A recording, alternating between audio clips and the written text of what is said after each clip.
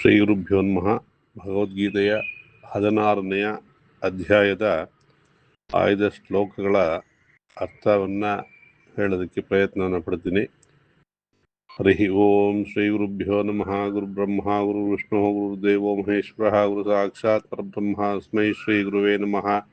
ಗುರುವೇ ಸರ್ವಲೋಕಾನಾಂ ಭಿಷಜೇ ಭವರೋಗಿಣಾಂ ನಿಧಯೇ ಸರ್ವವಿದ್ಯಾನಾಂ ಶ್ರೀ ದಕ್ಷಿಣಾಮೂರ್ತಯೇ ನಮಃ.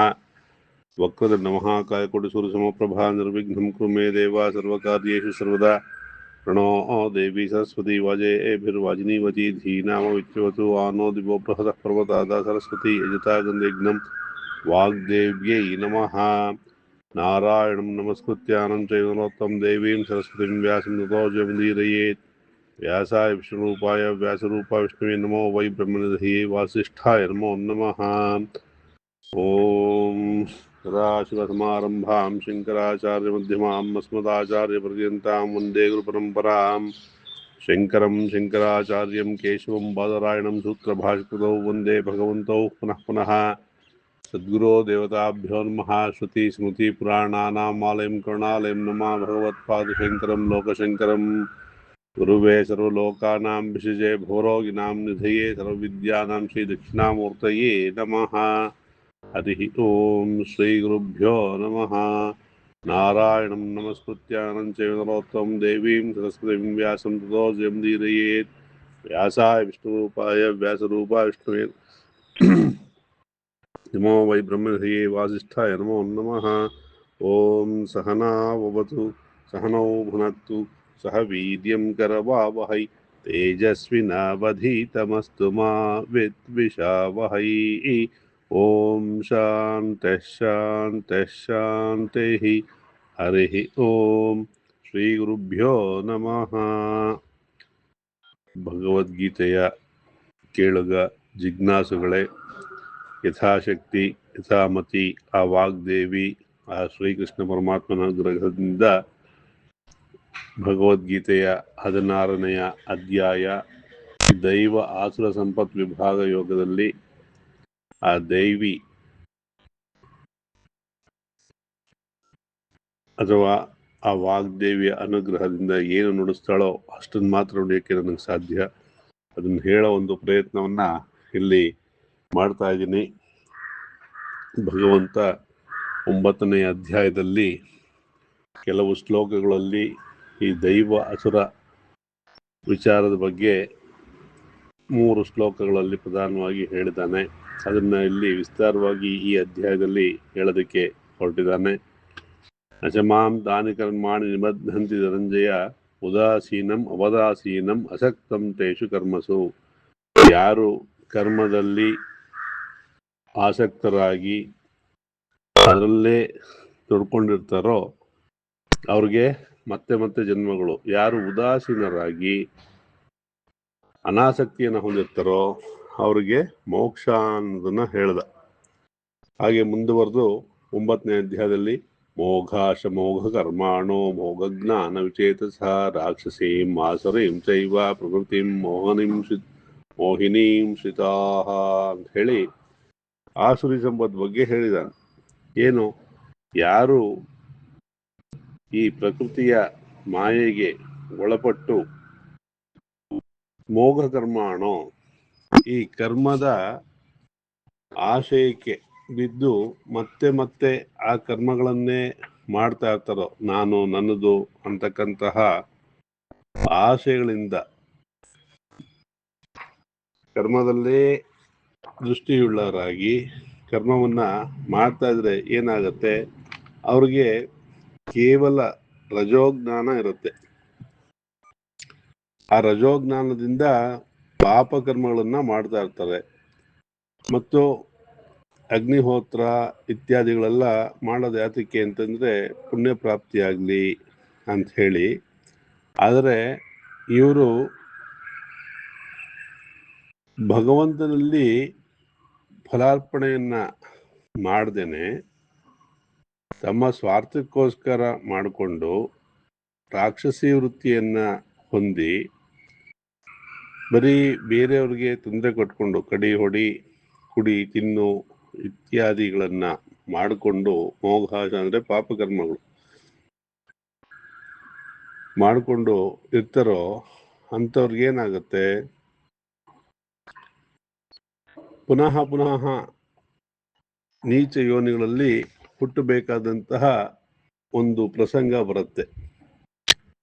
ಮತ್ತೆ ಇನ್ನೊಂದು ಶ್ಲೋಕದಲ್ಲಿ ಮಹಾತ್ಮಾನಸ್ತು ಮಾಂ ಪಾರ್ಥ ದೈವೀ ಪ್ರಕೃತಿಮಾಶ್ರಿತಾಃ ಭಜಂತ್ಯನ್ಯ ಮನಸೋ ಜ್ಞಾತ್ವಾ ಭೂತಾದಿಂ ಅವ್ಯಯಂ. ಇನ್ನ ಕೆಲವರು ಇರ್ತಾರೆ, ಅವರು ಮಹಾತ್ಮರು. ಹೇಗೆ ಅಂತಂದ್ರೆ ದೈವ ಪ್ರಕೃತಿಯನ್ನ ಆಶ್ರಯಿಸಿದವರಾಗಿ ಆ ಭಗವಂತನ, ಅವನು ಆದಿ ಅಂತ್ಯ ರಹಿತ, ಅವನು ಅನಾದಿ, ಯಾವಾಗ ಅವನು ಸೃಷ್ಟಿ ಆಯ್ತು ಅನ್ನೋದು ಗೊತ್ತಿಲ್ಲ, ಅವನಿಗೆ ಅಂತ್ಯವೂ ಇಲ್ಲ. ಹಾಗಾಗಿ ಆ ಭಗವಂತನ ಕೃಪೆಗಾಗಿ ಭಗವಂತನಲ್ಲಿಯೇ ಮನಸ್ಸನ್ನ ಇಟ್ಟು ಅನನ್ಯ ಭಗವಂತನ ಚಿಂತನೆಯನ್ನ ಮಾಡ್ತಾ ಇರ್ತಾರೋ ಅಂಥವರು ಮಹಾತ್ಮರು ಅಂತ ಹೇಳಿ ಭಗವಂತ ಹೇಳ್ತಾ ಇದ್ದಾನೆ. ಯಾಕೆ ಅಂತಂದ್ರೆ ಯಾವುದಕ್ಕೆ ಆದಿ ಇದೆಯೋ ಅದಕ್ಕೆ ಅಂತ್ಯ ಇದೆ. ಈ ಭಗವಂತ ಅಂತಕ್ಕಂಥವನು ಅನಾದಿ, ಆದಿ ಅನ್ನೋದಿಲ್ಲ. ಹಾಗಾಗಿ ಅವನಿಗೆ ಅಂತ್ಯವೂ ಇಲ್ಲ. ನಮಗೆ ಯಾವುದೇ ಸಂಬಂಧ, ಯಾವುದೇ ವ್ಯಕ್ತಿ ನಮ್ಮನ್ನ ಕಡೆ ತನಕ ಜೊತೆಗಿರೋದಕ್ಕೆ ಸಾಧ್ಯನೇ ಇಲ್ಲ. ಕಾರಣಾಂತರಗಳಿಂದ ಬೇರ್ಪಡಬೇಕಾಗತ್ತೆ. ನಾವೊಂದು ಕಂಪನಿನಲ್ಲಿ ಅಥವಾ ಒಂದು ಆಫೀಸಲ್ಲಿ ಕೆಲಸ ಮಾಡ್ತಾ ಇದ್ರೆ ಅಲ್ಲಿರ್ತಕ್ಕಂಥ ಸಣ್ಣ ಪುಟ್ಟ ಸೂಪರ್ವೈಸರು, ಮ್ಯಾನೇಜರ್ಗೆ ನಾವು ನಮಸ್ಕಾರ ಹಾಕೊಂಡು ಅವನ ಅಧೀನದಲ್ಲಿ ಕೆಲಸ ಮಾಡ್ತಾ ಇರ್ತೀವಿ, ಮಾಡ್ತಾ ಇರ್ತೀವಿ. ಆದರೆ ಎಂದೆಂದಿಗೂ ನಮ್ಮನ್ನ ರಕ್ಷಿಸತಕ್ಕಂತಹ ಭಗವಂತನಲ್ಲಿ ನಮಗೆ ಆ ಭಕ್ತಿ ಶ್ರದ್ಧೆ ಅನ್ನೋದು ಉಂಟಾಗದೇ ಇಲ್ಲ. ಹಾಗಾಗಿ ನಮಗೆ ಬರೀ ಮೋಹ, ಆ ಮೋಹದಿಂದ ಕಷ್ಟಗಳು, ದುಃಖಗಳು ಮತ್ತು ನಾವು ಮಾಡ್ತಕ್ಕಂತಹ ಪಾಪ ಪುಣ್ಯಗಳು ನಮ್ಮ ಜನ್ಮಕ್ಕೆ ಹೇತು ಅಂದ್ರೆ ಕಾರಣವಾಗುತ್ತೆ ಅಂತ ಹೇಳಿದಾನೆ. ಅದನ್ನ ಇಲ್ಲಿ ದೈವ ಆಸುರ ಸಂಪದ್ ವಿಭಾಗ ಯೋಗ ಅಂತಾನೆ ಒಂದು ಅಧ್ಯಾಯವನ್ನ ಮಾಡಿ, ಇದರಲ್ಲಿ ದೈವಕ್ಕೆ ಸಂಬಂಧಪಟ್ಟಂತಹ ಗುಣಗಳು ಹೇಗಿರುತ್ತೆ, ಆಸುರಿ ಸಂಪತ್ತಿಗೆ ಸಂಬಂಧಪಟ್ಟಂತಹ ಗುಣಗಳು ಹೇಗಿರುತ್ತೆ ಅನ್ನೋದನ್ನ ಭಗವಂತ ವಿವರವಾಗಿ ತಿಳಿಸಿದ್ದಾನೆ. ಅದರಲ್ಲಿ ನನ್ನ ಬುದ್ಧಿಗೆ ತೋಚಿದಂತೆ ಅಥವಾ ಆ ವಾಗ್ದೇವಿ ಯಾವುದನ್ನ ಸೂಚಿಸ್ತಾಳೋ ಅದನ್ನ ಇಲ್ಲಿ ಹೇಳೋ ಒಂದು ಪ್ರಯತ್ನವನ್ನ ಮಾಡ್ತಾ ಇದ್ದೀನಿ. ಓಂ ನಮೋ ಭಗವತೆ ವಾಸುದೇವಾಯ. ಷೋಡಶೋಧ್ಯಾಯಃ ದೈವ ಅಸುರ ಸಂಪತ್ ವಿಭಾಗ ಯೋಗಃ. ಶ್ರೀ ಭಗವಾನುವಾಚ ಅಭಯಂ ಸತ್ವ ಸಂಶುದ್ಧಿಂ ಜ್ಞಾನಯೋಗ ವ್ಯವಸ್ಥಿತಿಃ ದಾನಂ ದಮಶ್ಚ ಯಜ್ಞಶ್ಚ ಸ್ವಾಧ್ಯಾಯಸ್ತಪ ಆರ್ಜವಂ. ಇಲ್ಲಿ ಭಗವಂತ ಏನ್ ಹೇಳ್ತಾ ಇದ್ದಾನೆ, ಅಭಯ, ಸತ್ವ ಸಂಶುದ್ಧಿ, ಜ್ಞಾನ ಯೋಗ ವ್ಯವಸ್ಥಿತಿ, ದಾನ ದಮ ಯಜ್ಞ ಸ್ವಾಧ್ಯಾಯ ತಪಸ್ಸು ಆರ್ಜವ. ಇದು ಯಾರಲ್ಲಿ ಇರತ್ತೋ ಅದು ದೈವಿ ಸಂಪತ್ತಾಗತ್ತೆ ಅಂತ ಹೇಳ್ತಾರೆ. ಯಾಕೆ? ಅಭಯಂ, ನನ್ನಿಂದ ಬೇರೆಯವ್ರಿಗೂ ಕೂಡ ಭಯ ಇಲ್ಲ, ಅಥವಾ ಬೇರೆಯವರಿಗೆ ನನ್ನಿಂದನೂ ಭಯ ಇಲ್ಲ ಅಂತಕ್ಕಂಥದ್ದು ಅಭಯ. ಮತ್ತೆ ಸತ್ವ ಸಂಶುದ್ಧಿ, ಈ ಚಿತ್ತಶುದ್ಧಿ ಇತ್ತು ಅಂತಂದ್ರೆ, ಚಿತ್ತಶುದ್ಧಿ ಅಂದ್ರೆ ನಮಗೆ ಅಂತಃಕರಣ ಅಂತ ಒಂದಿದೆ. ಏನು ನಮಗೂ ಜ್ಞಾನಿಗಳಿಗೂ ವ್ಯತ್ಯಾಸ ಅಂದ್ರೆ, ನಾವು ಅಂತಃಕರಣವನ್ನ ಆಶ್ರಯಿಸ್ಕೊಂಡಿದ್ದೀವಿ. ಅದಕ್ಕೆ ಜೀವ ಪರಮಾತ್ಮ ಅಥವಾ ಜ್ಞಾನಿಗಳು ಆ ಅಂತಃಕರಣವನ್ನ ವ್ಯಾಪಾರದಲ್ಲಿ ಸಿಕ್ಕಾಕೊಳ್ತಿರಲ್ಲ. ನಮಗೆ ಅಂತಃಕರಣ ಅಂದ್ರೆ ಮನೋಬುದ್ಧಿ ಚಿತ್ತ ಅಹಂಕಾರ ಅಂತ ಹೇಳಿ 4 ವಿಧವಾಗಿ ಮನಸ್ಸು ಕೆಲಸವನ್ನ ಮಾಡುತ್ತೆ ಅಂತ ಹೇಳ್ತಾರೆ. ಅದಕ್ಕೆ ಅಂತಃಕರಣ ವೃತ್ತಿ ಅಂತ ಹೇಳ್ತಾರೆ ಶಾಸ್ತ್ರದಲ್ಲಿ. ಈ ಅಂತಃಕರಣ ಶುದ್ಧವಾಗಿತ್ತು ಅಂದ್ರೆ ನಮ್ಮ ವ್ಯವಹಾರ ಶುದ್ಧವಾಗಿರುತ್ತೆ. ಯಾವಾಗ ನಾನು ನನ್ನದು ಅನ್ನೋ ಸ್ವಾರ್ಥ ಬರುತ್ತೋ ಅವಾಗ ನಮಗೆ ಬೇರೆಯವ್ರಿಗೆ ವಂಚನೆ ಮೋಸ ಮಾಡ್ತಕ್ಕಂತಹ ಬುದ್ಧಿ ಜಾಸ್ತಿ ಆಗತ್ತೆ, ಅಥವಾ ಸ್ವಾರ್ಥದಿಂದ ಪರೋಪಕಾರವನ್ನ ಮಾಡಲ್ಲ. ಹಾಗಾಗಿ ಸತ್ವ ಸಂಶುದ್ಧಿ ಇರಬೇಕು ಅಂತ ಹೇಳ್ತಾನೆ. ಜ್ಞಾನಯೋಗ ವ್ಯವಸ್ಥಿತಿ. ಜ್ಞಾನ ಅಂತಂದ್ರೆ ಶಾಸ್ತ್ರದ ಸಮ್ಯಕ್ ಜ್ಞಾನ ಅಂದ್ರೆ ಸರಿಯಾದಂತಹ ಜ್ಞಾನ ಇರಬೇಕು. ಜ್ಞಾನ ಅಂದ್ರೆ ಶಾಸ್ತ್ರದಲ್ಲಿ ಸರಿಯಾದಂತಹ ಜ್ಞಾನ. ಬೇರೆ ಬೇರೆ ಜ್ಞಾನಗಳೆಲ್ಲ ಅಜ್ಞಾನ ಅಂತಾನೆ ಪರಿಗಣಿಸಲಾಗಿದೆ. ಆಚಾರ್ಯತಶ್ಚ ಆತ್ಮಾದಿ ಪದಾರ್ಥಾನಾಂ ಅವಗಮಃ. ನಾವು ಅದನ್ನ ಆಚರಣೆಯಲ್ಲಿ ಇಟ್ಕೊಂಡು ಕೇವಲ ಆತ್ಮದ ಚಿಂತನೆಯನ್ನ ಮಾಡ್ತಾ ಇರಬೇಕು ಅಂತ ಹೇಳ್ತಾ ಇದ್ದಾನೆ. ಮತ್ತೆ ದಾನ ಸಮಯಗಳಲ್ಲಿ ಸರಿಯಾದ ರೀತಿಯಲ್ಲಿ ಸಾತ್ವಿಕರಿಗೆ ದಾನಾದಿಗಳನ್ನ ಕೊಡಬೇಕು ಅಂತ ಶಾಸ್ತ್ರ ಹೇಳುತ್ತೆ. ಅವ್ರಿಗೆ ಅರ್ಹತೆನೂ ಇರಬೇಕು ದಾನ ತಗೊಳ್ಳೋದಕ್ಕೆ, ಮತ್ತೆ ಸದ್ವಿನಿಯೋಗ ಆಗಬೇಕು. ನಮ್ಮ ಯಥಾಶಕ್ತಿ ದಾನವನ್ನ ಕೊಡಬೇಕು. ಮತ್ತೆ ದಮ ಅಂತಂದ್ರೆ ದೈಹಿಕವಾದಂತಹ ಒಂದು ನಿಗ್ರಹವನ್ನ ಮಾಡೋ ಮಾನಸಿಕ ಸ್ಥಿತಿ ನಮಗಿರಬೇಕು. ಯಜ್ಞವನ್ನ ಮಾಡಬೇಕು, ಅಂದ್ರೆ ಭಗವದ್ ಅರ್ಪಣೆ. ಈ ಕಾಲದಲ್ಲಿ ಯಜ್ಞ ಅಂದ್ರೆ ಹಿಂದಿನ ಕಾಲದಲ್ಲಿ ಮಾಡ್ತಿದ್ದಾಗೆ ದೊಡ್ಡ ದೊಡ್ಡ ಯಜ್ಞ ಮಾಡೋಕ್ಕಾಗದಿದ್ರು ಭಗವದ್ ಅರ್ಪಣೆಯಿಂದ ಮಾಡ್ತಕ್ಕಂತಹ ಕರ್ಮಗಳೆಲ್ಲವೂ ಯಜ್ಞವಾಗುತ್ತೆ. ಅಥವಾ ಫಲಾಪೇಕ್ಷೆ ಇಲ್ಲದೆ ಮಾಡ್ತಕ್ಕಂತಹ ಕರ್ಮಗಳೆಲ್ಲವೂ ಯಜ್ಞವಾಗುತ್ತೆ. ಸ್ವಾಧ್ಯಾಯ, ನಾವು ಆ ವಿಚಾರಗಳನ್ನ ಗುರುಗಳಿಂದ ತಿಳ್ಕೊಂಡು ಮತ್ತೆ ನಾವು ಪುನಃ ಅದನ್ನ ಅಧ್ಯಾಯ ಮಾಡ್ತಾ ಇರಬೇಕಾಗತ್ತೆ. ಅವಾಗ ಮಾತ್ರ ಮನಸ್ಸು ನಮ್ಮ ಹಿಡಿತದಲ್ಲಿ ಇರುತ್ತೆ. ಇಲ್ಲ ಅಂದ್ರೆ ಮನಸ್ಸು ಅನ್ನೋದು ಕುದುರೆ ತರ ಎಲ್ಲಿಂದಲ್ಲಿ ಓಡೋಗ್ತಾ ಇರುತ್ತೆ. ಹಾಗಾಗಿ ಸ್ವಾಧ್ಯಾಯವನ್ನ ಮಾಡ್ತಾ ಇರಬೇಕು. ತಪಸ್ಸು ಅಂತಂದ್ರೆ ನಾವು ಮಾಡ್ತಕ್ಕಂತಹ ಶ್ರದ್ಧೆಯಿಂದ, ಈ ಕಾಲಕ್ಕೆ, ಈ ಕಲಿಯುಗಕ್ಕೆ ಶ್ರದ್ಧೆಯಿಂದ ಮಾಡ್ತಕ್ಕಂತಹ ಎಲ್ಲ ಕೆಲಸವೂ ತಪಸ್ಸು. ಯಾಕೆ?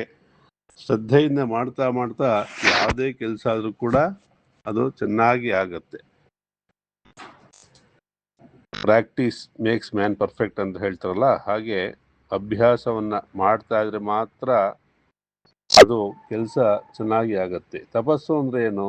ಹಿಂದಿನ ಕಾಲದಲ್ಲಿ ಯಾವುದೋ ಪ್ರಶಾಂತವಾದ ಸ್ಥಳದಲ್ಲಿ ಕೂತ್ಕೊಂಡು ಆ ಭಗವಂತ ನಾಮ ಜಪವನ್ನೇ ಸತತವಾಗಿ ಮಾಡ್ತಾ ಇದ್ದದನ್ನ ನಾವು ಪುರಾಣಗಳಲ್ಲಿ ಕೇಳ್ತೀವಿ, ಓದ್ತೀವಿ, ಮತ್ತೆ ಸಿನಿಮಾಗಳಲ್ಲೂ ನೋಡಿರ್ತೀವಿ. ಅದು ಈ ಕಾಲಕ್ಕೆ, ಈ ಕಲಿ ಪ್ರಭಾವದಲ್ಲಿ ಅದು ತುಂಬಾ ಕಷ್ಟ ಸಾಧ್ಯ. ಹಾಗಾಗಿ ಮಾಡ್ತಕ್ಕಂಥ ಕೆಲಸವನ್ನೇ ಶ್ರದ್ಧೆಯಿಂದ ಮಾಡ್ತಾ ಇದ್ರೆ ಅದೇ ತಪಸ್ಸು ಆಗತ್ತೆ. ಆರ್ಜವಂ ಅಂತ ಹೇಳಿದ್ರು. ಇಲ್ಲಿ ನಮಗೆ ಜ್ಞಾನ ಯೋಗದಲ್ಲಿ ಅಥವಾ ಜ್ಞಾನದಲ್ಲಿ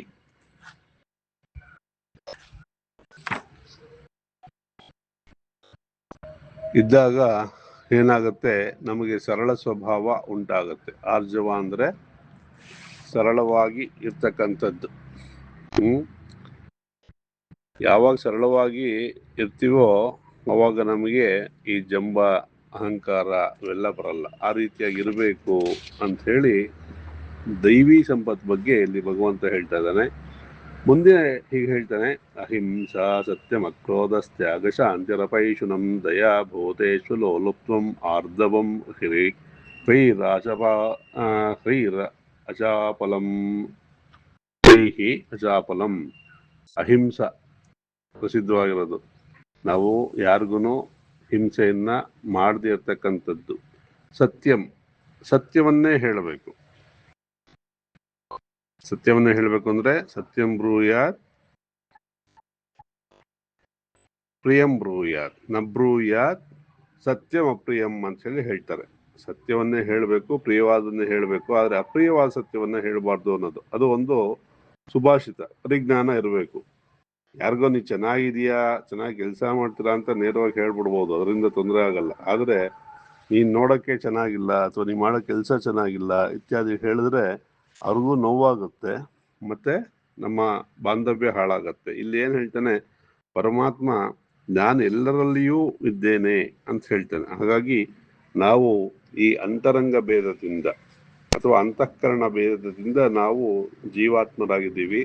ಆದರೆ ಆ ಪರಮಾತ್ಮ ಎಲ್ಲರಲ್ಲೂ ಇರೋದ್ರಿಂದ ನಾವು ಅವನಲ್ಲಿರೋ ಪರಮಾತ್ಮನ ನಿಂದನೆಯನ್ನ ಮಾಡಿದಾಗತ್ತೆ. ಹಾಗಾಗಿ ಸಮಯಗಳನ್ನ ನೋಡಿಕೊಂಡು ನಾವು ವ್ಯವಹಾರವನ್ನ ಮಾಡಬೇಕಾಗತ್ತೆ. ಹಾಗನ್ಬಿಟ್ಟು ಯಾವಾಗಲೂ ಸತ್ಯವನ್ನು ಹೇಳ್ತೀವಿ ಅಂದ್ಬಿಟ್ಟು ಹೇಳಕ್ಕಾಗಲ್ಲ. ತಪ್ಪುಗಳನ್ನು ತಿದ್ದುವ ಪ್ರಯತ್ನವನ್ನ ಅವಶ್ಯಕತೆ ಇದ್ದಾಗ ಮಾಡಬೇಕಾಗತ್ತೆ. ಅಕ್ರೋಧ, ಆದಷ್ಟು ಶಾಂತವಾಗಿರೋ ಒಂದು ಪ್ರಯತ್ನವನ್ನ ಪಡಬೇಕು. ಮತ್ತು ತ್ಯಾಗ ಅಂದ್ರೆ ಫಲತ್ಯಾಗ, ಕರ್ಮಗಳನ್ನ ಮಾಡ್ತಾ ಇರಬೇಕು, ಅದರ ಫಲಾಪೇಕ್ಷೆ ಇಲ್ಲದೆ ಕರ್ಮಗಳನ್ನ ಮಾಡಬೇಕು, ಅದು ತ್ಯಾಗ ಅಂತ ಹೇಳಿ ಆಗತ್ತೆ. ಶಾಂತಿ, ಆದಷ್ಟು ಶಾಂತವಾಗಿರತಕ್ಕಂತಹ ಒಂದು ಪ್ರಯತ್ನವನ್ನ ಮಾಡಬೇಕು. ಮತ್ತೆ ಅಪೈಶುನ, ಬೇರೆಯವ್ರಿಗೆ ತೊಂದರೆ ಕೊಡದೇನೆ ನಾವು ಭೂತ ದಯೆಯನ್ನ ತೋರಿಸ್ತಕ್ಕಂಥದ್ದು ಮಾಡಬೇಕು. ಅಲೋಲುಪ್ತ್ವಂ, ಇಲ್ಲಿ ನಮಗೆ ಈ ಲೋಭೀತನ ಇರಬಾರ್ದು ಅಂತ ಹೇಳಿ ಹೇಳ್ತಾರೆ. ಅಂದ್ರೆ ಲೋಭಿತನ ಅಂತಂದ್ರೆ ಇದು ನನ್ನ ಹತ್ರ ಇದೆ ಅಥವಾ ಇದು ನನಗೇ ಬೇಕು ಅಂತಕ್ಕಂಥ ವಿಚಾರ. ಇನ್ನೊಂದು ಇಂದ್ರಿಯಗಳ ವಿಕಾರ. ಇಂದ್ರಿಯ ವಿಕಾರ ಯಾವಾಗ ಆಗುತ್ತೆ? ನಾನು ನೋಡಿದ್ದಲ್ಲ ನನಗೇ ಬೇಕು, ಇದನ್ನ ಅನುಭವಿಸ್ಬೇಕು, ಇದನ್ನ ನಾನು ಇಟ್ಕೊಳ್ಬೇಕು ಅಂತಕ್ಕಂತಹ ಮನಸ್ಸು ಬರುತ್ತಲ್ಲ, ಆ ಒಂದು ಮನೋವಿಕಾರ ಅಥವಾ ಇಂದ್ರಿಯ ವಿಕಾರ. ಯಾವುದೋ ನೋಡ್ತೀವಿ, ಕಣ್ಣಿಂದ ನೋಡ್ತೀವಿ, ಜ್ಞಾನೇಂದ್ರಿಯದಿಂದ ಕೇಳ್ತೀವಿ ಅಲ್ವಾ, ತಿಂತೀವಿ, ಮುಟ್ಟುತ್ತೀವಿ, ಇದೆಲ್ಲ ಪಂಚ ಜ್ಞಾನೇಂದ್ರಿಯಗಳು ಪ್ರಸಿದ್ಧವಾಗಿದೆ. ಅದೆಲ್ಲ ನಿಮಗೆ ಹಿಂದಿನ ಅಧ್ಯಾಯದೆಲ್ಲ ಹೇಳಿದ್ದೀನಿ. ಅದು ನೋಡಿದಾಗ ನಮಗೆ ಅದ್ರ ಮೇಲೆ ಬಯಕೆಗಳು ಉಂಟಾಗದೆ ಇರ್ತಕ್ಕಂಥದ್ದು, ಇಂದ್ರಿಯ ವಿಕಾರ ಇಲ್ಲದೆ ಇರ್ತಕ್ಕಂಥದ್ದು ಅಲೋಲುಪತ್ವ ಅಂತ ಹೇಳಿ ಹೇಳ್ತಾ ಇದ್ದಾರೆ. ಮತ್ತು ಆರ್ಧವ, ನಮಗೆ ಆರ್ದ್ರವ ಅಂತಂದ್ರೆ ಕ್ರೂರತ್ವ ಇಲ್ಲದೆ ಇರ್ತಕ್ಕಂಥದ್ದು ಆರ್ಧವಂ ಅಂತಂದ್ರೆ ಕ್ರೂರತ್ವ ರಹಿತವಾಗಿರೋದು, ಮೃದುವಾಗಿ ಇರ್ತಕ್ಕಂಥದ್ದು. ಮೃದುವಾಗಿರ್ತಕ್ಕಂಥದ್ದು ಆರ್ಧವಂ. ಕೈಹಿ ಅಂತಂದ್ರೆ ನಾಚಿಕೆ, ಅಂದ್ರೆ ಕೆಟ್ಟ ಕೆಲಸವನ್ನ ಮಾಡೋದಕ್ಕೆ, ಯಾರ್ದೋ ವಸ್ತುವನ್ನ ಕದಿಯೋದು ಅಥವಾ ಇನ್ಯಾರ ಬಗ್ಗೆ ನಾವು ಕೆಟ್ಟದಾಗಿ ಮಾತಾಡೋದು, ಇನ್ನೊಬ್ಬರ ಬಗ್ಗೆ ಆಡ್ಕೊಳ್ಳೋದು, ಇಂತಹ ವಿಚಾರಗಳಲ್ಲಿ ನಾಚಿಕೆ ಇರ್ಬೇಕು. ನಮಗೆ ನಾವು ಮಾತಾಡಬಾರ್ದು ಅಂತಕ್ಕಂಥದ್ದು ಇರಬೇಕು. ಮತ್ತೆ ಅಚಾಪಲ, ನಮಗೆ ಚಾಪಲ್ಯ ಇರಬಾರ್ದು ಅಂತ ಹೇಳಿ ಹೇಳ್ತಾ ಇದ್ದಾನೆ ಶ್ರೀಕೃಷ್ಣ. ಇದೆಲ್ಲ ದೈವಿ ಸಂಪತ್ತಿಗೆ ಸಂಬಂಧಪಟ್ಟ ವಿಚಾರಗಳು ಅಂತ ಹೇಳಿ ಭಗವಂತ ಮೊದಲನೆಯ ಒಂದು ಭಾಗವಾಗಿ ದೈವಿ ಸಂಪತ್ತಿನ ಬಗ್ಗೆ ತಗೊಂಡು ನಮಗೆ ವಿಚಾರವನ್ನ ಹೇಳ್ತಾ, ಮುಂದೆ ಆಸುರಿ ಸಂಪತ್ತು ಅಂದ್ರೆ ಹೇಗಿರುತ್ತೆ ಅನ್ನೋದನ್ನ ಹೇಳಕ್ ಹೊರಟಿದ್ದಾನೆ. ಅಸತ್ಯಂ ಅಪ್ರದಿಷ್ಟಂ ತೇ ಜಗದಾಹುರ್ವನೇಶ್ವರಂ ಅಪರಸ್ಪರ ಸಂಭೂತಂ ಕಿಂ ಮನ್ಯತ್ ಕಾಮಹೈತುಕಂ. ಇಲ್ಲಿ ಅಸತ್ಯ, ನಾವು ದಿನ ಬೆಳಗಾದ್ರೆ ನೂರಾರು ಸುಳ್ಳುಗಳನ್ನ ಹೇಳೋದು, ಅವಶ್ಯಕತೆ ಇದೆಯೋ ಇಲ್ವೋ ಸುಳ್ಳುಗಳನ್ನ ಹೇಳೋದು. ಅಪ್ರತಿಷ್ಠಂ, ಈ ಜಗತ್ತು ಎಲ್ಲವೂ ಸತ್ಯವಾಗಿದ್ರು ಕೂಡ ನಾವು ಅದನ್ನ ಸತ್ಯ ಅಂತ ತಿಳ್ಕೊಂಡು ಇದಕ್ಕೆ ಯಾವುದೇ ಧರ್ಮ ಅಧರ್ಮ ಇಲ್ಲ ಅಂತ ತಿಳ್ಕೊಂಡಿರ್ತೀವಲ್ಲ, ಅದು ಆಸುರಿ ಜನರು ಇದನ್ನ ಹೇಳ್ತಾರೆ. ಯಾವುದೇ ಧರ್ಮ ಅಧರ್ಮ ಅನ್ನತಕ್ಕಂಥದ್ದು ಭೇದ ಭಾವ ಇಲ್ಲ, ಹೇಗ್ ಬೇಕಾದ್ರೂ ಇರ್ಬೋದು ಅಂತ ಯೋಚನೆ ಮಾಡ್ತಾರಲ್ಲ, ಅದು ಅಪ್ರತಿಷ್ಠಂ. ಮತ್ತೆ ಜಗದಾಹುಹು ಅನೀಶ್ವರಂ, ಅವ್ರೇನ್ ಹೇಳ್ತಾರೆ? ಈಶ್ವರ ಅನ್ನತಕ್ಕಂಥವನೇ ಇಲ್ಲ ಅಂತ ಹೇಳ್ತಾರೆ. ನಮಗೆ ಈಶಾವಾಸ್ಯ ಹೇಳ್ತಾ ಇದೆ, ಈಶಾವಾಸ್ಯಂ ಇದಂ ಸರ್ವಂ ಯತ್ಕಿಂಚ ಜಗತ್ಯಾಂ ಜಗತ್ ಅಂತ ಹೇಳಿ ಹೇಳ್ತಾ ಇದೆ. ವೇದ ಭಾಗವಾದಂತಹ ಉಪನಿಷತ್ತು ಹೇಳ್ತಾ ಇದೆ, ಎಲ್ಲವೂ ಈಶ್ವರಮಯವಾಗಿದೆ. ಈಶ್ವರ ಅಂದ್ರೆ ಈ ಜಗತ್ತಿನ ಒಡೆಯ, ಅವನ ಅಧೀನದಲ್ಲಿದ್ದೀವಿ ನಾವೆಲ್ಲ, ಅಥವಾ ಜಗತ್ತು ಅವನ ಅಧೀನದಲ್ಲಿದೆ ಅಂತ ಹೇಳ್ತಾ ಇದೆ. ಇದು ದೈವಿ ಸಂಪತ್ತು. ಅದ್ರ ವಿರುದ್ಧವಾಗಿರತಕ್ಕಂಥದ್ದು ಆಸುರಿ ಸಂಪತ್ತು. ಅದು ಹೇಳ್ತಾ ಇದೆ ಈ ಜಗತ್ತು ಅನೀಶ್ವರವಾಗಿದೆ, ಇದು ಯಾರ ಒಡೆತನದಲ್ಲೂ ಇಲ್ಲ ಅನ್ನೋದ್ರಲ್ಲಿ ಅವರು ಯೋಚನೆಯನ್ನ ಮಾಡ್ತಾರೆ. ಅಪರಸ್ಪರ ಸಂಭೂತಂ ಕಿಂ ಅನ್ಯತ್ ಕಾಮಹೇತುಕಂ ಅಂತ ಹೇಳಿ ಹೇಳ್ತಾರೆ. ಇಲ್ಲಿ ಅಪರಸ್ಪರ ಸಂಭೂತಂ, ಕಾಮದಿಂದ ಪ್ರೇರಿತವಾದಂತಹ ಸ್ತ್ರೀ ಪುರುಷರ ಸಂಯೋಗದಿಂದಲೇ ಜಗತ್ತು ಉಂಟಾಗಿದೆ ಅಂಥೇಳಿ ಅವರು ಹೇಳ್ತಾರೆ. ಯಾರು? ಆಸುರಿ ಸಂಪತ್ತು, ರಾಕ್ಷಸಿ ಮನೋಭಾವನೆ ಇರ್ತಕ್ಕಂಥವ್ರು. ಹೌದು, ಪ್ರಕೃತಿಯಲ್ಲಿ ಸ್ತ್ರೀ ಪುರುಷ ಸಂಯೋಗದಿಂದ ಸಂತಾನ ಆಗಿದೆ, ಇಲ್ಲ ಅಂತ ಹೇಳೋದಲ್ಲ. ಆದರೆ ಆ ಸ್ತ್ರೀ ಪುರುಷ ಸಂಯೋಗದಿಂದಲೇ ಮಕ್ಕಳಾಗತ್ತೆ ಅಂತ ಅಲ್ಲ, ಅವರಲ್ಲಿ ಆ ಯೋಗ ಇರಬೇಕು, ಆ ಶಕ್ತಿ ಇದ್ರೇನೆ. ಯಾಕೆ ಎಷ್ಟೋ ಜನಕ್ಕೆ ಮಕ್ಕಳಾಗಿಲ್ಲ? ಸ್ತ್ರೀ ಪುರುಷ ಸಂಯೋಗ ಆಗ್ತಾನೆ ಇರುತ್ತಲ್ಲ ಅಂತಂದ್ರೆ ಅವ್ರಿಗೆ ಆ ಪುಣ್ಯ ಇಲ್ಲ, ಅಥವಾ ಆ ದೈವಾನುಗ್ರಹ ಇಲ್ದಿದ್ರೆ ಸಂತಾನ ಆಗಲ್ಲ. ಸ್ತ್ರೀ ಪುರುಷ ಸಂಭೋಗ ಅಥವಾ ಸಂಯೋಗ ಆಗಬಹುದು, ಆದರೆ ಅಲ್ಲಿ ಸಂತಾನ ಅನ್ನೋದಾಗೋದಿಲ್ಲ. ಇಲ್ಲಿ ಇವರೇನ್ ಹೇಳ್ತಾರೆ? ಕಾಮಹೇತುಕಂ, ಕಾಮವನ್ನ ಕಾರಣವಾಗಿಟ್ಕೊಂಡು ಸ್ವಾರ್ಥದಿಂದ ಜೀವನವನ್ನ ಮಾಡ್ತಾ ಇರ್ತಕ್ಕಂಥದ್ದು ಅಂತ ಹೇಳಿ ಹೇಳ್ತಾ ಇದ್ದಾರೆ. ಇಲ್ಲಿ ಕಾಮನೇ ಪ್ರಧಾನ. ಕಾಮ ಇಲ್ಲದೆ ಅಂದ್ರೆ ಬಯಕೆಗಳಿಲ್ಲದೆ ಈ ಒಂದು ಪ್ರಪಂಚ ಇಲ್ಲ ಅಂತ ಹೇಳ್ತಾ ಇದ್ದಾರೆ. ನಾವು ಏನ್ ಹೇಳೋದು? ನಾವು ಜ್ಞಾನವನ್ನ ಪಡ್ಕೊಳ್ಳೋದಿಕ್ಕೆ, ಈ ಒಂದು ಜನ್ಮವನ್ನ ಸಾರ್ಥಕ ಮಾಡ್ಕೊಳ್ಬೇಕು ಅಂತಕ್ಕಂಥದ್ದು ಉಪನಿಷತ್ತಿನ ಉದ್ದೇಶ. ಇಲ್ಲಿ ಯಾರು ಆಸುರಿ ಭಾಗವನ್ನ ಅಥವಾ ಆಸುರಿ ಮಾಯೆಯನ್ನೇ ಆಶ್ರಯಿಸಿರ್ತಾರೋ ಅವ್ರಿಗೆ ಕಾಮ ಬಿಟ್ಟು ಬೇರೆ ಏನು ಇಲ್ಲ. ಹೌದು, ಸುಖವನ್ನ ಅನುಭವಿಸ್ಬೇಕು, ಅದರಲ್ಲಿ ಯಾವುದೇ ವಿರೋಧ ಇಲ್ಲ. ಆದರೆ ಆ ಸುಖವನ್ನ ಅನುಭವಿಸೋದ್ರಲ್ಲೇ ಜೀವನ ಕಳೆಯೋದಲ್ಲ. ಅದ್ರ ಜೊತೆಗೆ ನಾವು ಧರ್ಮವನ್ನ ಅಥವಾ ಪುಣ್ಯವನ್ನ ಸಂಪಾದನೆ ಮಾಡ್ತಾ, ಜ್ಞಾನವನ್ನ ಸಂಪಾದನೆ ಮಾಡ್ತಾ ಈ ಜೀವನವನ್ನು ಕಳೆಬೇಕು. ಅದು ಬಹಳ ಮುಖ್ಯವಾಗಿರ್ತಕ್ಕಂಥದ್ದು.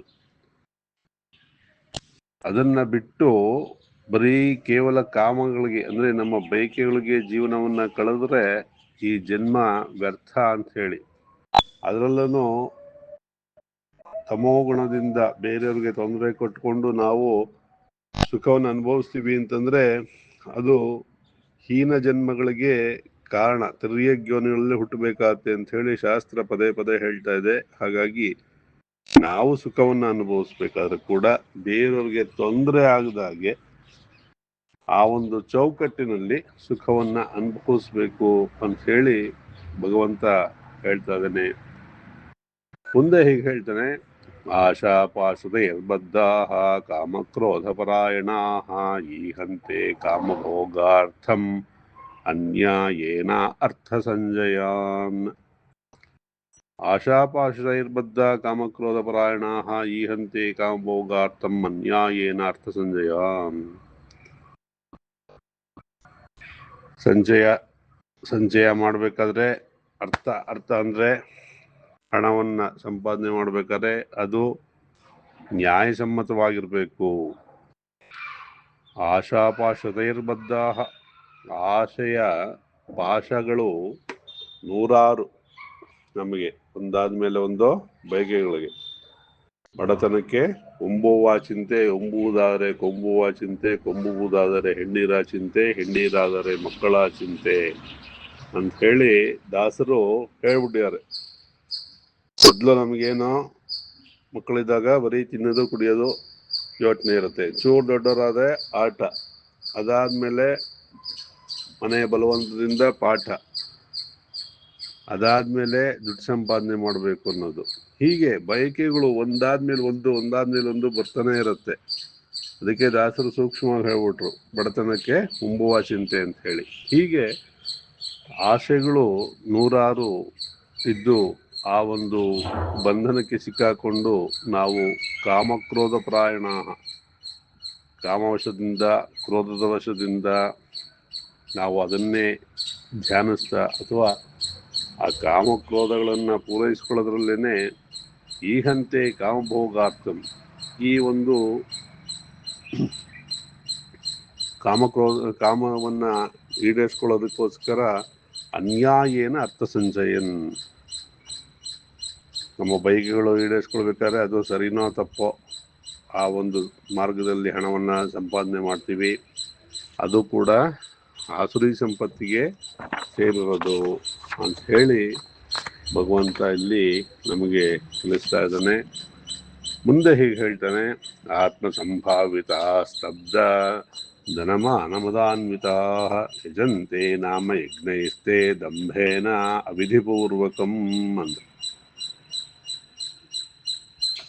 ಯಾರು ಆತ್ಮ ಸಂಭಾವಿತ ಸ್ತಬ್ಧ ಅಂದರೆ ಆತ್ಮನ ಸರ್ವತ್ರ ವ್ಯಾಪಕವಾಗಿರತಕ್ಕಂತಹ ಈಶ್ವರ ಅಥವಾ ಆ ಚೇತನವನ್ನು ಬಿಟ್ಟು ಯಾರು ಧನ, ದುಡ್ಡಿನ ಅಥವಾ ತನ್ನ ಮೇಲಿರತಕ್ಕಂತಹ ಮಾನ ಅಥವಾ ಅಭಿಮಾನದಿಂದ ಮದಾನ್ವಿತರಾಗಿ ಯಜಂತೆ ನಾಮಯಜ್ಞೈಸ್ತೆ, ಯಾರು ಬರೀ ತೋರಿಸ್ಕೊಳ್ಳೋಕ್ಕೋಸ್ಕರ ನಾನು ಜಪ ಮಾಡ್ತಾ ಇದ್ದೀನಿ ಅಂತ ಕೆಲವರು ಜಪಸರ ಹಿಡ್ಕೊಂಡು ಜಪ ಮಾಡ್ತಾ ಇರೋದು, ಅವ್ರ ಮನಸ್ಸು ಎಲ್ಲೋ ಇರುತ್ತೆ, ಏನೋ ಯೋಚನೆ ಮಾಡ್ತಾ ಇರುತ್ತೆ ಇತ್ಯಾದಿಗಳು. ಅದು ಮಾಡ್ತಕ್ಕಂಥದ್ದು ನಾಮಯಜ್ಞ ಅವಿಧಿಪೂರ್ವಕವಾಗಿ ದಂಭದಿಂದ ಮಾಡ್ತಾರೋ ಅದ್ರಲ್ಲಿ ಯಾವ ಫಲ ಸಿಗತ್ತೆ? ನಾವು ಮಾಡ್ತಕ್ಕಂತಹ ಯಜ್ಞ ಆಗಲಿ ಯಾಗ ಆಗಲಿ ಅದು ಫಲಾಪೇಕ್ಷೆ ಇಲ್ಲದೇನೆ ಚಿತ್ತಶುದ್ಧಿಗೋಸ್ಕರ ಮಾಡಿದಾಗ ಮಾತ್ರ ಚಿತ್ತಶುದ್ಧಿ ಆಗುತ್ತೆ. ಅದನ್ನು ಬಿಟ್ಟು ದಂಭದಿಂದ ಅಹಂಕಾರದಿಂದ ಮಾಡೋದ್ರಿಂದ ಯಾವುದೇ ಫಲ ಇಲ್ಲ ಅಂತ ಹೇಳಿ ಭಗವಂತ ಹೇಳ್ತಾ ಇದ್ದಾರೆ. ನೀವು ಜಪೋತ್ಸರ ಹಿಡ್ಕೊಂಡೇ ಜಪ ಮಾಡಬೇಕಾಗಿಲ್ಲ, ಅಥವಾ ಯಾರಿಗೋ ತೋರ್ಸೋಕ್ಕೋಸ್ಕರ ಮನೆಯಲ್ಲಿ ದೊಡ್ಡದಾಗಿ ರಂಗೋಲಿಗಳನ್ನ ಹಾಕಿಸಿ ಅಲಂಕಾರ ಮಾಡಿ ಶ್ರದ್ಧೆ ಇಲ್ಲದೆ ಬರೀ ಫೋಟೋ ಪೋಸ್ ಕೊಟ್ಕೊಂಡು ವಿಡಿಯೋ ಪೋಸ್ ಕೊಟ್ಕೊಂಡು ನಾನು ಬಂದಿರೋನ್ನ MLA MP ಇನ್ಯಾವನನ್ನ ಕರೆದ್ಬಿಟ್ಟು ಅವನ್ನ ಗಮನಿಸ್ಕೊಂಡು ಇಲ್ಲಿ ಭಗವಂತನ ಆವಾಹನೆ ಆಗಿರುತ್ತೆ, ಅದರಲ್ಲಿ ಶ್ರದ್ಧೆ ಇಲ್ಲ. ಯಜ್ಞ ಮಾಡ್ತಾ ಇರ್ತೀವಿ, ಆಹುತಿ ಕೊಡ್ತಾ ಇರ್ತೀವಿ, ಅದನ್ನ ಭಗವದ್ದರ್ಪಣೆಯಿಂದ ಕೊಡೋದಿಲ್ಲ. ಈ ರೀತಿ ಅವಿಧಿಪೂರ್ವಕವಾಗಿ ಮಾಡೋದ್ರಿಂದ ಏನು ಪ್ರಯೋಜನ?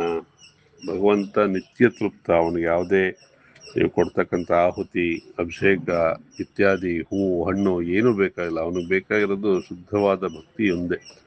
ಅವಿಧಿಪೂರ್ವಕವಾಗಿ ಮಾಡ್ತಕ್ಕಂತಹ ಎಲ್ಲವೂ ನಾಮ ಜಪ ಆಗಿರ್ಬೋದು, ಬೇರೆ ಬೇರೆ ಯಜ್ಞ ಯಾಗಾದಿಗಳಿರ್ಬೋದು, ಎಲ್ಲವೂ ವ್ಯರ್ಥ ಅಂಥೇಳಿ ಇಲ್ಲಿ ಹೇಳ್ತಾ ಇದ್ದಾರೆ. ಅಹಂಕಾರಂ ಬಲಂ ದರ್ಪಂ ಕಾಮಕ್ರೋಧಂ ಚ ಸಂಶ್ರಿತಾ ಮಾಮಾತ್ಮ ಪರದೇಹೇಶು ತದ್ವಿಷಂತೋ ಅಭ್ಯಸೂಯಕಾಃ. ಇಲ್ಲಿ ಭಗವಂತ ಹೇಳ್ತಾ ಇದ್ದಾನೆ, ಎಲ್ಲರಲ್ಲಿರ್ತಕ್ಕಂತಹ ಚೇತನವು ನಾನೇ ಅಂತ ಹೇಳಿದಾನೆ. ಹಿಂದೆ ಎಲ್ಲನೂ ಹೇಳಿದಾನೆ, ಇಲ್ಲೂ ಹೇಳ್ತಾ ಇದ್ದಾನೆ. ಯಾರು ಅಹಂಕಾರದಿಂದ ಅಥವಾ ತಮ್ಮ ಬಲ ಅಂತಂದರೆ ವಿದುರ ಹೇಳ್ತಾನೆ 4 ಥರ ಬಲ. ಒಂದು ಸತ್ಕುಲ ಪ್ರಸೂತಿ, ಒಳ್ಳೆಯ ಕುಲದಲ್ಲಿ ಹುಟ್ಟಿರ್ತಕ್ಕಂತಹ ಅದು ಒಂದು ಬಲ ಅಲ್ವಾ, ಇನ್ಫ್ಲೂಯೆನ್ಸ್. ಇಂಥವ್ರ ಮಗ ಅಂದರೆ ಗೌರವ ಕೊಡ್ತಾರೆ ಅಲ್ವಾ, ಅದಕ್ಕೆ ಸತ್ಕುಲ ಪ್ರಸೂತಿ. ಮತ್ತು ದೈಹಿಕ ಬಲ ಎರಡನೇದಾಗಿ ನಮ್ಮ ದೇಹದಲ್ಲಿರ್ತಕ್ಕಂಥ ಬಲ. ಧನ ಬಲ, ನಮಗೆ ದುಡ್ಡಿದೆ ಅಂತಕ್ಕಂತಹ ಒಂದು ಬಲ. ಸತ್ಕುಲ ಪ್ರಸೂತಿ, ದೇಹಬಲ, ಧನಬಲ ಮತ್ತು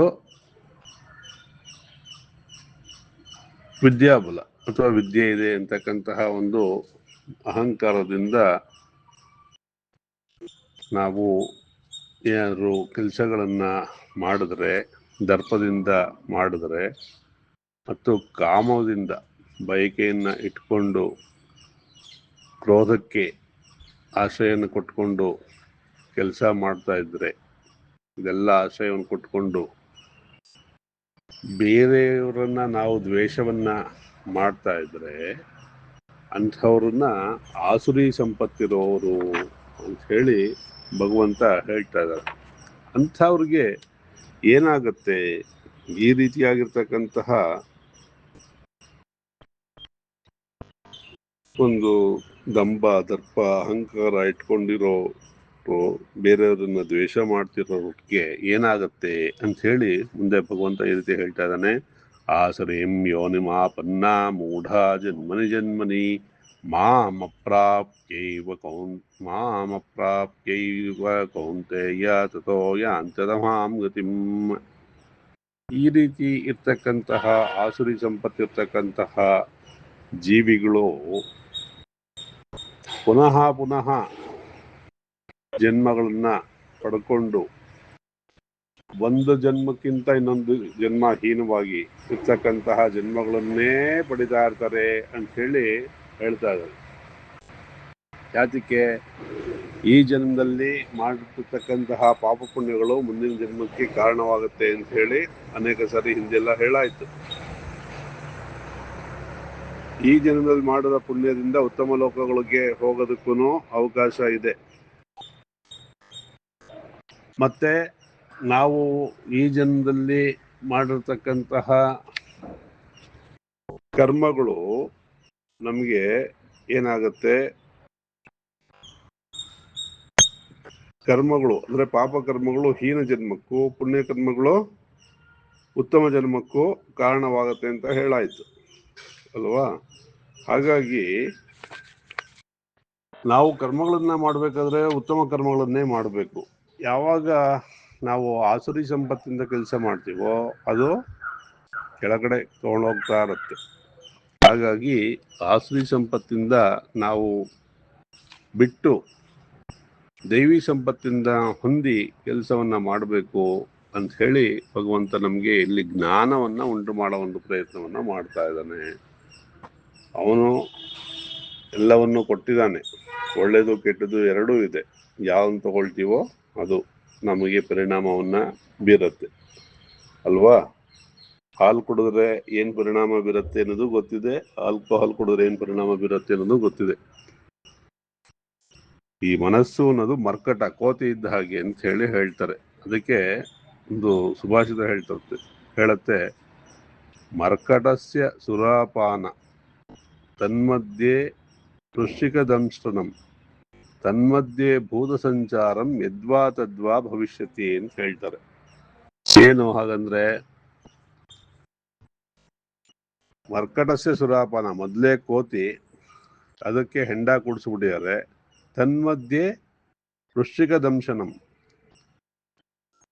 ಕೋತಿ ಅದಕ್ಕೆ ಹೆಂಡ ಕುಡಿಸಿದ್ದಾರೆ, ಅದ್ರ ಜೊತೆಗೆ ಚೇಳು ಕುಟುಕ್ಬಿಟ್ಟಿದೆಯಂತೆ, ಅದ್ರ ಜೊತೆಗೆ ಭೂತ ಸಂಚಾರ ಆಗಿದೆಯಂತೆ. ಭೂತ ಸಂಚಾರ ಅಂತಂದ್ರೆ ಈ ಮದ ಏರ್ಬಿಟ್ಟಿದಂತೆ. ಇನ್ಯಾವ ತರ ಅದು ಮೊದಲೇ ಕೋತಿ ಚೇಷ್ಟೆ ಮಾಡೋದ್ರ ಜೊತೆಗೆ ಇಷ್ಟೆಲ್ಲ ಸೇರ್ಕೊಂಡ್ರೆ ಹೇಗೆ?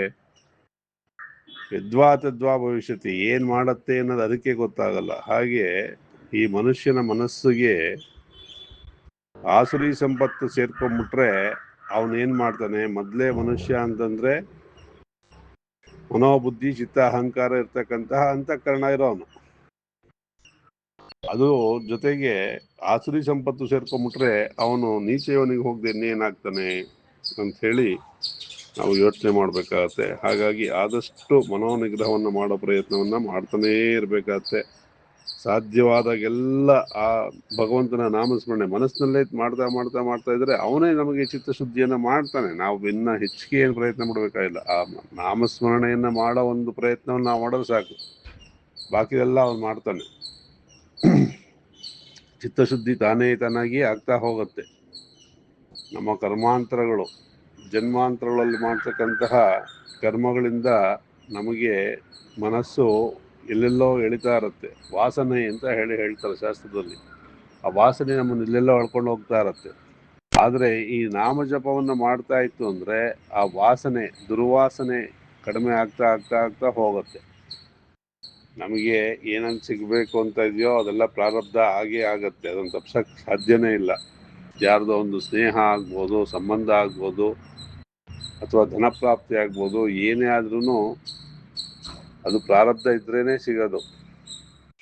ಆಯುಷ್ಯ, ವಿದ್ಯೆ, ಧನ, ಸುಖ ಇವೆಲ್ಲವೂ ಆಯುಷ್ಯ, ವಿದ್ಯಾ, ಸುಖ, ಧನಂ, ಕೀರ್ತಿ 5 ನಿರ್ಧಾರ ಆಗ್ಬಿಟ್ಟಿರುತ್ತಂತೆ. ನಿನಗೆ ಎಷ್ಟು ಆಯುಷ್ಯ ಇದೆ, ನಿನಗೆ ಎಷ್ಟು ದುಡ್ಡು ಸಿಕ್ಬೇಕು. ಬರೀ ದುಡ್ಡು ಇದ್ರೆ ಸುಖ ಅಂತ ಇಲ್ವಲ್ಲ, ಅದು ಬೇರೆ ಇದು ಬೇರೆ ತಾನೆ. ಹಾಗಾಗಿ ಆಯುಷ್ಯ, ಧನ, ಸುಖ, ವಿದ್ಯೆನೂ ಅಷ್ಟೇ, ಎಷ್ಟು ವಿದ್ಯೆ ನಿನಗೆ ಹತ್ತಬೇಕೋ ಅಷ್ಟೇ. ಕೀರ್ತಿನೂ ಅಷ್ಟೇ, ಎಷ್ಟೇ ಪ್ರಯತ್ನ ಪಟ್ಟರೂ ಅವ್ರಿಗೆ ಒಳ್ಳೆ ಕೀರ್ತಿ ಸಿಕ್ಕೋದಿಲ್ಲ. ವಿದ್ಯೆನೂ ಅಷ್ಟೇ, ಎಷ್ಟೇ ಪ್ರಯತ್ನ ಪಟ್ಟರು ಕೆಲವ್ರಿಗೆ ವಿದ್ಯೆ ಹತ್ತಲ್ಲ, ಕೆಲವ್ರಿಗೆ ಒಂದ್ಸತಿ ಹೋದ್ರೆ ವಿದ್ಯೆ ಹತ್ತತ್ತೆ. ಕೆಲವ್ರಿಗೆ ಎಷ್ಟೇ ದುಡ್ಡು ಇಲ್ಲದೆ ಇದ್ದವರು ಸುಖವಾಗಿರ್ತಾರೆ, ದುಡ್ಡಿದ್ದವರು ದುಃಖವಾಗಿರ್ತಾರೆ. ದುಡ್ಡು ಎಷ್ಟು ಪ್ರಯತ್ನ ಪಟ್ಟರು ಕೆಲವ್ರಿಗೆ ದುಡ್ಡು ಕೈಗೆ ಹತ್ತಲ್ಲ, ಕೆಲವ್ರಿಗೆ ಭಾಳ ಚೆನ್ನಾಗಿ ದುಡ್ಡು ಕೈಗೆ ಹತ್ತತ್ತೆ. ಆಯುಷ್ಯ, ಏನೇ ಯೋಗ ಮಾಡಿ ಏನೇ ಮಾಡಿದ್ರು ಎಷ್ಟು ವರ್ಷ ಬದುಕಬೇಕೋ ಅಷ್ಟೇ ವರ್ಷ ಬದುಕಕ್ಕೆ ಸಾಧ್ಯ, ಕಿಂತ ಹೆಚ್ಚಿಗೆ ಆಗಲ್ಲ. ಎಲ್ಲ ಪೂರ್ವ ನಿರ್ಧಾರಿತ ಅಂತ ಹೇಳಿ ಭಗವಂತ ಹೇಳ್ಬಿಟ್ಟಿದ್ದಾನೆ. ಆದರೆ ನಾವ್ಯಾಕೆ ವಿದ್ಯೆ ಕಲಿಯಕ್ಕೆ ಪ್ರಯತ್ನ ಪಡಬೇಕು, ನಾವ್ಯಾಕೆ ದುಡ್ಡು ಸಂಪಾದನೆ ಮಾಡೋಕ್ಕೆ ಪ್ರಯತ್ನ ಪಡಬೇಕು ಅಂದರೆ, ಹೌದು ಎಲ್ಲದಕ್ಕೂ ಪ್ರಯತ್ನ ಪಡಲೇಬೇಕು. ಆ ಪಟ್ಟಿದ್ರ ಫಲವಾಗಿ ನಿನಗೆ ಎಷ್ಟು ಯೋಗ ಇದೆಯೋ ಅದು ಸಿಕ್ಕತ್ತೆ. ಅದೇನು ಸಿಕ್ಬೇಕೋ ಸಿಗತ್ತೆ, ನಾನು ಪ್ರಯತ್ನನೇ ಪಡೋಲ್ಲ ಅಂತಂದರೆ ಹಾಗಾಗಲ್ಲ. ಅದು ನಮ್ಮ ಪ್ರಯತ್ನ, ಪುರುಷ ಪ್ರಯತ್ನ ಇರಲೇಬೇಕು, ದೈವ ಸಹಾಯ ಇರಲೇಬೇಕು. ಎರಡು ಸಂಯೋಗದಿಂದನೇ. ಭಾರತೀಯ ತೀರ್ಥರು ಗುರುಗಳು ಹೇಳ್ತಾ ಇದ್ರು, ಹೇಗೆ ಒಂದು ರಥಕ್ಕೆ 2 ಚಕ್ರ ಇದ್ರೆ ಮುಂದಕ್ಕೆ ಹೋಗಕ್ಕಾಗುತ್ತೋ ಹಾಗೇನೆ ನಮ್ಮ ಪುರುಷ ಪ್ರಯತ್ನ ಮತ್ತು ದೈವ ಸಹಾಯ ಅನ್ನೋ 2 ಚಕ್ರಗಳಿದ್ದಾಗಲೇ ಆ ರಥ ಮುಂದಕ್ಕೆ ಹೋಗುದು. ಉಪನಿಷತ್ತು ಅದೇ ಹೇಳುತ್ತೆ, ಏಕಚಕ್ರೇನ ನ ಚಲತಿ ಅಂತ ಹೇಳುತ್ತೆ ಉಪನಿಷತ್ತು. ಒಂದೇ ಚಕ್ರದಿಂದ ಗಾಡಿ ಹೋಗೋದಿಲ್ಲ, 2 ಚಕ್ರ ಬೇಕು. ಹಾಗಾಗಿ ಪ್ರಯತ್ನವನ್ನು ಪಟ್ಟಾಗ ಯಥಾಶಕ್ತಿ ಸಿಗತ್ತೆ. ಅದರಲ್ಲಿ ಚಿತ್ತಶುದ್ಧಿಗೆ ನಾವು ಆ ಮನಸ್ಸಿನಲ್ಲಿ ನಾಮಸ್ಮರಣೆಯನ್ನ ಮಾಡ್ತಾ ಮಾಡ್ತಾ ಮಾಡ್ತಾ ಚಿತ್ತಶುದ್ಧಿಯಾಗಿ ಈ ಜನ್ಮಕ್ಕಿಂತ ಮುಂದಿನ ಜನ್ಮ ಉತ್ತಮವಾಗಿರುತ್ತೆ ಅಂಥೇಳಿ ಶಾಸ್ತ್ರ, ಉಪನಿಷತ್ತುಗಳು, ಪುರಾಣಗಳು ಹೇಳ್ತಾ ಇವೆ. ಹಾಗಾಗಿ ಭಗವಂತ ಹೀಗೆ ಹೇಳ್ತಾ ಇದ್ದಾನೆ, ತಸ್ಮಾ ಶಾಸ್ತ್ರಂ ಪ್ರಮಾಣಂತೆ ಕಾರ್ಯ ಅಕಾರ್ಯ ವ್ಯವಸ್ಥಿತೌ, ಅಥವಾ ತಸ್ಮಾ ಶಾಸ್ತ್ರಂ ಪ್ರಮಾಣಂತೆ ಕಾರ್ಯ ಅಕಾರ್ಯ ವ್ಯವಸ್ಥಿತೌ ಜ್ಞಾತ್ವಾ ಶಾಸ್ತ್ರ ವಿಧಾನೋಕ್ತಂ ಕರ್ಮ ಕರ್ತಂ ವಿಹಾರ್ಹಸಿ. ಭಗವಂತ ಹೇಳಿದ ಈ ಅಧ್ಯಾಯದ ಕೊನೆಯಲ್ಲಿ, ತಸ್ಮಾತ್ ಆದ್ದರಿಂದ ಶಾಸ್ತ್ರವನ್ನ, ಅದರ ಪ್ರಮಾಣವನ್ನ ನೀನು ತಿಳ್ಕೊಂಡು, ಯಾವುದು ಕಾರ್ಯ ಯಾವುದು ಅಕಾರ್ಯ ಅನ್ನೋದನ್ನ ತಿಳ್ಕೊಂಡು ಶಾಸ್ತ್ರವನ್ನ ವಿಧಾನೋಕ್ತವಾಗಿ ಮಾಡಬೇಕು ಅಂಥೇಳಿ ಭಗವಂತ ನಮಗೆ ಅನುಗ್ರಹವನ್ನ ಮಾಡ್ತಾ ಇದ್ದಾನೆ. ಹಾಗಾಗಿ ಯಥಾಶಕ್ತಿ ಸತ್ಕಾರ್ಯವನ್ನೇ ಮಾಡೋ ಪ್ರಯತ್ನವನ್ನು ಮಾಡೋಣ, ದುಷ್ಟ ಕಾರ್ಯಗಳನ್ನು ಆದಷ್ಟು ತಡೆಯೋಣ ಮಾಡೋದನ್ನ ಅಂತ ಹೇಳ್ತಾ, ಆ ಭಗವಂತನಲ್ಲಿ ನಾವು ಮಾಡೋ ಕರ್ಮಗಳೆಲ್ಲ ಅರ್ಪಣೆ ಮಾಡಿ, ಭಗವಂತ ನೀನು ಕೊಟ್ಟಂತಹ ಜ್ಞಾನ ವಿವೇಕದಿಂದ ಯಥಾಶಕ್ತಿ ಕರ್ಮವನ್ನು ಮಾಡಿದ್ದೀನಿ ಅಂತ ಹೇಳಿ ಆ ಭಗವತ್ ಸ್ಮರಣೆಯಿಂದ, ಭಗವದ್ ಅರ್ಪಣೆಯಿಂದ, ಫಲಾಪೇಕ್ಷೆ ಇಲ್ಲದೆ ಕರ್ಮವನ್ನ ಮಾಡೋ ಪ್ರಯತ್ನವನ್ನು ಪಟ್ಟು ಜನ್ಮಾಂತರಗಳು ಪುನಃ ಪುನಃ ಜನ್ಮಗಳನ್ನ ಬೇಡ ಅಂತಕ್ಕಂಥದ್ದೇ ಉದ್ದೇಶ. ಮೋಕ್ಷವನ್ನು ಪಡಿಬೇಕು ಅಂತಕ್ಕಂಥದ್ದೇ ಶಾಸ್ತ್ರಾಧ್ಯಯನದ ಪರಮೋದ್ದೇಶ. ಅದನ್ನ ಒಂದು ಪ್ರಯತ್ನ ಪಡೋಣ ಅಂತ ಹೇಳಿ ಈ ಭಗವದ್ವಾಕ್ಯಗಳನ್ನ ಯಥಾಮತಿ ಆ ವಾಗ್ದೇವಿ ಏನು ನನಗೆ ಜ್ಞಾನವನ್ನು ಕೊಟ್ಟಳು ಅದನ್ನು ಹೇಳೋ ಒಂದು ಪ್ರಯತ್ನ ಪಟ್ಟಿದ್ದೀನಿ. ಶ್ರೀಕೃಷ್ಣಾರ್ಪಣಮಸ್ತು. ಇತಿ ಶ್ರೀ ಭಗವದ್ಗೀತಾ ಭಾಷ್ಯ ದೈವಾಸುರ ಸಂಪದ ವಿಭಾಗ ಯೋಗೋ ನಾಮ ಷೋಡಶೋಧ್ಯಾಯ. ಶ್ರೀಕೃಷ್ಣಾರ್ಪಣಮಸ್ತು. ಆ ಭಗವಂತನಿಗೆ ಅರ್ಪಣೆ ಮಾಡ್ತಾ ಇದ್ದೀನಿ. ಇಷ್ಟು ಮಟ್ಟಿಗೆ ಒಂದು ನಾನು ಅತಿ ಕಡಿಮೆ ಜ್ಞಾನ ಇರೋದ್ರಲ್ಲಿ ನಾನೊಬ್ಬ. ದೊಡ್ಡ ದೊಡ್ಡ ಪಂಡಿತರಿದ್ದಾರೆ, ಆದರೆ ಇಷ್ಟು ಮಟ್ಟಿಗೆ ಒಂದು ಜ್ಞಾನವನ್ನ ಹೇಳೋದಕ್ಕೆ ಭಗವಂತ ಒಂದು ಅನುಗ್ರಹವನ್ನು ಮಾಡಿದ್ದಾನೆ, ಅವಕಾಶವನ್ನು ಕೊಟ್ಟಿದ್ದಾನೆ. ಅದನ್ನು ಆದಷ್ಟು ಜನಗಳಿಗೆ ತಿಳಿಸುವ ಒಂದು ಪ್ರಯತ್ನವನ್ನು ಮಾಡ್ತಾ ಇದ್ದೀನಿ. ಹಂಸಕ್ಷೀರ ನ್ಯಾಯದಂತೆ ಏನಾದರೂ ಒಳ್ಳೇದಿದ್ರೆ ತಗೊಂಡು, ಕೆಟ್ಟದಿದ್ರೆ ಬಿಡಬೇಕು ಅಂತ ಹೇಳಿ ಪ್ರಾರ್ಥನೆ ಮಾಡ್ತಾ ಸಜ್ಜನಗಳಲ್ಲಿ ಮುಗಿಸ್ತಾ ಇದ್ದೀನಿ. ಶ್ರೀಕೃಷ್ಣಾರ್ಪಣಮಸ್ತು. ಓಂ ಸಹನಾವವತು ಸಹನೌ ಭುನಕ್ತು ಸಹ ವೀರ್ಯಂ ಕರವಾವಹೈ ತೇಜಸ್ವಿನಾವಧೀತಮಸ್ತು ಮಾ ವಿದ್ವಿಷಾವಹೈ. ಓಂ ಶಾಂತಿ ಶಾಂತಿ ಶಾಂತಿ. ಹರಿ ಓಂ ಶ್ರೀಕೃಷ್ಣಾರ್ಪಣಮಸ್ತು.